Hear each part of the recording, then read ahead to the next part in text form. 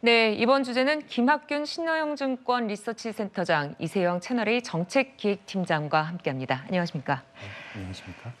자, 이스라엘이 이란에 대한 보복을 감행했습니다. 이란이 본토를 공습한 지 엿새 만이었죠, 그렇죠? 네, 맞습니다. 엿새 만에 이스라엘의 보복이 이루어졌습니다. 예. 이 부분들을 조금 설명을 드리자면 예. 이스라엘로서는 어떻게 보면은 당연히 취해야 될 조치였습니다. 왜 그러냐면 본토가 이란의 드론과 미사일 약 300여 기로부터 공격을 당했거든요. 예. 이런 상황에서 사실 아무것도 안 한다는 거는 이스라엘 입장에서는 좀 예상하기 힘든 부분이었고, 특히 두 나라 간의 오랜 그 악연, 그리고 최근 지난해 10월에 발생했던 그 하마스의 이스라엘에 대한 대규모 공격에도 이란이 배후에 있다고 이스라엘 측은 꾸준히 주장을 해왔습니다. 그래서 이런 부분에서는 보복은 예상됐던 부분인데, 상대적으로 일부 군사기지에 좀 제한적으로 타격을 주는, 일단 확전이나 전면전까지는 안 가려는 의도는 지금 현재 보이고 있는 상태입니다. 네, 그렇군요. 공습을 당한 이란의 이스파한 지역은 군 기지와 핵시설이 있는 곳인데요.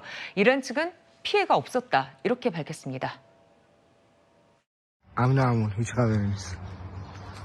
حداقل توی منطقه که ما هستیم نه جای خورد نه جای آسیب دید هیچ. 네, 이세영 팀장님 보면은 결정적인 피해가 없었다라고 하는데, 그렇다면은 이스라엘이 공격을 좀 제한을 했던 걸까요? 아니면 이란이 이 상황이 좀 축소되길 바라는 걸까요? 지금 그 말씀하신 공격을 당한 그 이스파한 지역은 이란의 미사일, 그리고 공군 기지, 또 핵 관련 시설들이 집중이 돼 있는 일종의 군사 지역입니다.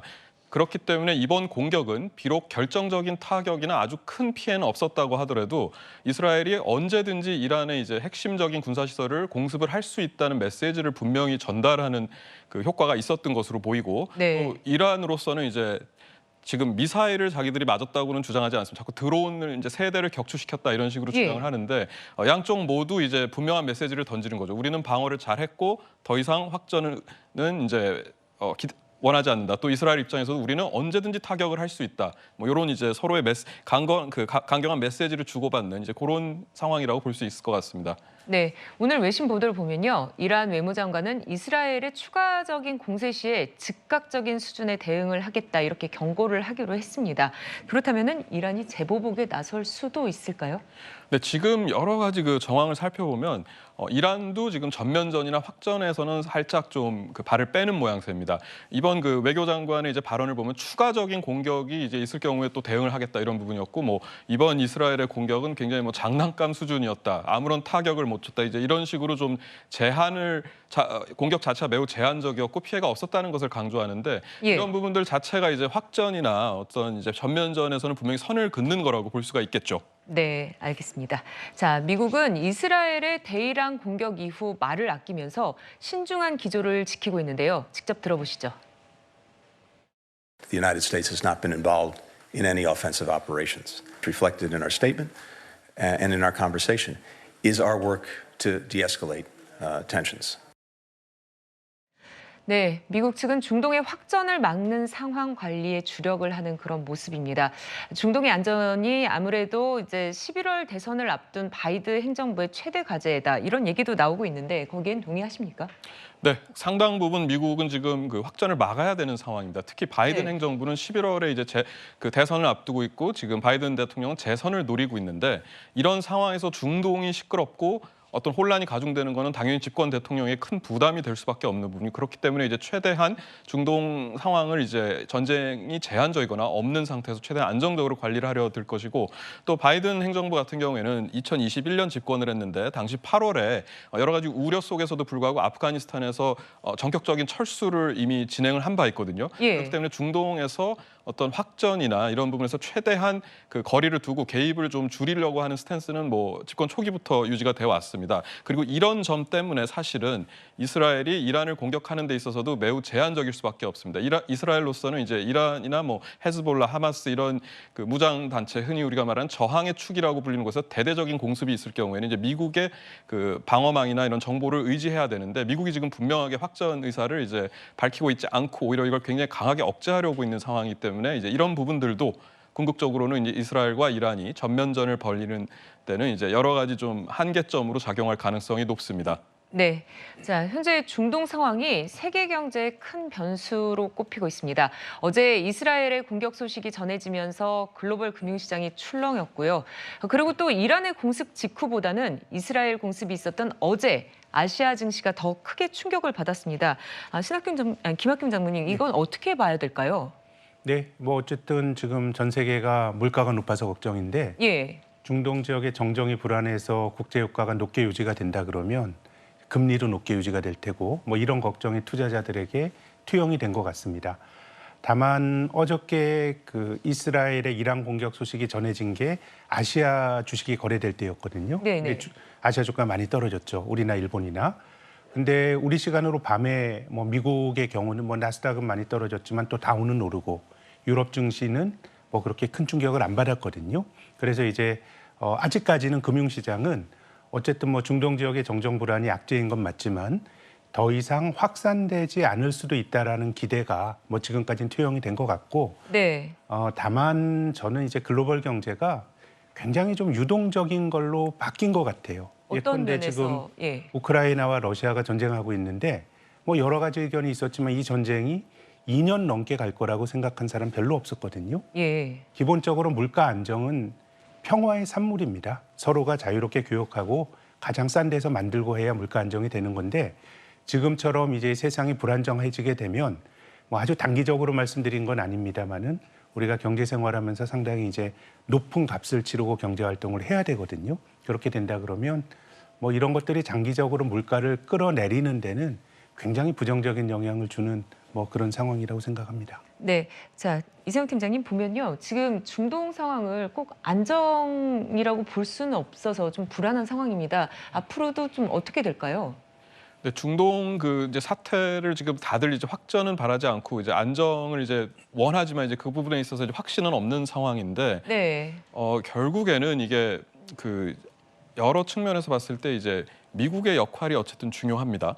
미국 같은 경우에 이제 이스라엘의 핵심 우방 국가고 그리고 지금 현재 네타냐후 정부는 상대적으로 지금 그 국내 정치에서 위기에 몰려 있기 때문에 네, 이 주변 상황을 다소 이제 긴장을 좀 끌어올려서 이제 전시 내각을 계속 유지하면서 총리직을 유지하려고 하는데 이런 상황이 이제 유지가 되고 이스라엘이 어떤 군사적 작전이나 이런 상황을 이제 계속 이끌어 나가려고 하면 미국의 도움이 절대적인데 지금 바이든 정부는 계속 분명하게 메시지를 주고 있거든요. 근데 이런 부분이 계속 이어지고 조금 더 강한 메시지가 나오고 이렇게 해야 이제 어떤 이스라엘의 그 추가적인 도발도 추가적인 이제 어떤 보복이나 이런 것도 막을 수 있을 것 같고 다만 이제 이란의 경우에도 지금 굉장히 좀 그 신정 공화정 체제이기 때문에 이제 굉장히 위에 이제 그 지도층에서 어떤 좀 그 여러 가지 억압적인 그런 요소들이 많이 있거든요. 네. 이란 자체도 지금 나라 자체로는 확전이 이제 힘든 상황이지만 이 중동 정세라는 게 항상 보면은 작은 어떤 화약고가 터지면서 굉장히 옆으로 이제 이 전쟁들이 확산이 되고 이런 그 상황들이 많았기 때문에 그런 점에서는 계속 이제 예의주시하고 좀 이 불안한 요소들을 우리가 계속 짚어보면서 이제 대응을 해야 될 것 같습니다.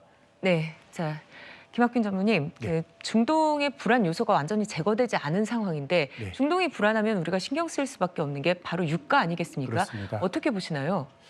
조금 다행스러운 것은 과거에는 이제 글로벌 그 원유 생산이 거의 중동에 많이 의존을 했는데 예, 이제 한 10년 전부터 이제 미국에서 원유를 많이 쉐일 오일이 만들어지면서 이제 그건 굉장히 다행스러운 점입니다. 지금 예전과 같으면 이런 정도의 충돌이 있다 그러면 두바이 유가, 중동에서 만들어지는 유가가 많이 올랐을 겁니다. 근데 네. 지금 이란 이스라엘 충돌이 있은 이후의 유가는 비교적 안정적이거든요. 지금 두바이유가 배럴당 88달러인데 한 작년 가을에는 95달러까지 갔습니다. 그래서 원유 시장만 놓고 보면 아주 그렇게 발작적인 그런 반응이 나오진 않는 것 같습니다. 다만 이제 앞서 말씀드린 것처럼 어쨌든 지금 전 세계가 물가가 높아서 일단 물가가 빨리 안정이 되어야 중앙은행이 금리를 낮추고 하면서 경제가 조금 숨통이 트이는 건데요. 네, 지금처럼 고물가가 유지가 된다 그러면 중앙은행이 금리를 낮출 수가 없거든요. 그러면 이 경제 위기는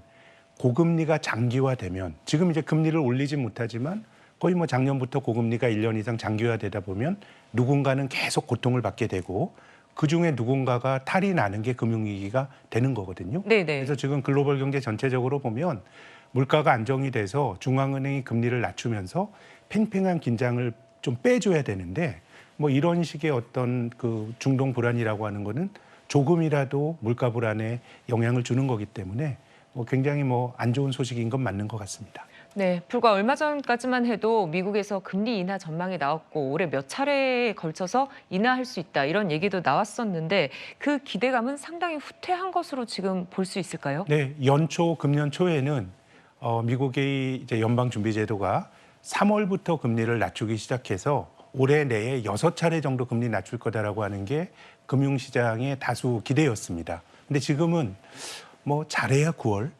그리고 연내 한 2번 정도 낮춰도 잘하는 이런 주장이 있고 또 일각에서는 지금 물가가 잘 안 잡히다 보니까 오히려 금리를 올려야 되는 게 아니냐라고 하는 소수 의견도 있습니다. 네. 그렇기 때문에 앞서 말씀드린 것처럼 지금은 고금리가 유지가 되다 보면 하여튼 어딘가에서 탈이 날 수가 있기 때문에 빨리 금리를 좀 낮출 수 있는 환경이 이제 만들어져야 되는데 지금 중동 지역의 정정 불안이라고 하는 것도 어쨌든 돌고 돌아서 금리 인하에는 부정적인 영향을 줄 수가 있는 거기 때문에 아마 제 생각에는 실물 경제가 받는 타격도 있겠지만 금융시장에서 네. 중앙은행의 금리 인하에 대한 어떤 시기가 늦춰지는 그런 기대가 조정이 되면서 금융시장이 민감히 반응할 수 있는데요. 오늘 새벽에 나스닥 주가가 2% 넘게 떨어졌거든요. 떨어졌습니다. 예. 많이 올랐기 때문에 네. 그럼 많이 오른 자산들은 금리가 높게 유지가 되면 충격을 받을 수가 있기 때문에 일단 실물 경제 금융시장 다 같이 악재지만 많이 오른 금융자산들에게는 조금 더 민감한 영향을 줄 여지가 있다고 봅니다. 네, 미국의 금리 인하가 멀어질수록 또 걱정되는 게 원화 가치 하락 아니겠습니까? 네. 최근에 원달러 확률이 급등을 했었고 또 네. 당국이 개입을 했어도 약발이 먹히지 않는다라는 걱정도 나오더라고요. 네, 지금은 근데 우리나라 원달러 환율이 1,400원 넘어갔죠. 2008년 금융위기 이후 처음입니다. 근데 엔달러 환율은 154엔 갔죠. 이거는 1990년대 초 이후 가장 높은 수준이니까 지금은 원화만 유독 약하다기보다는 이제 달러가 강한 게 이제 문제가 되는 건데요.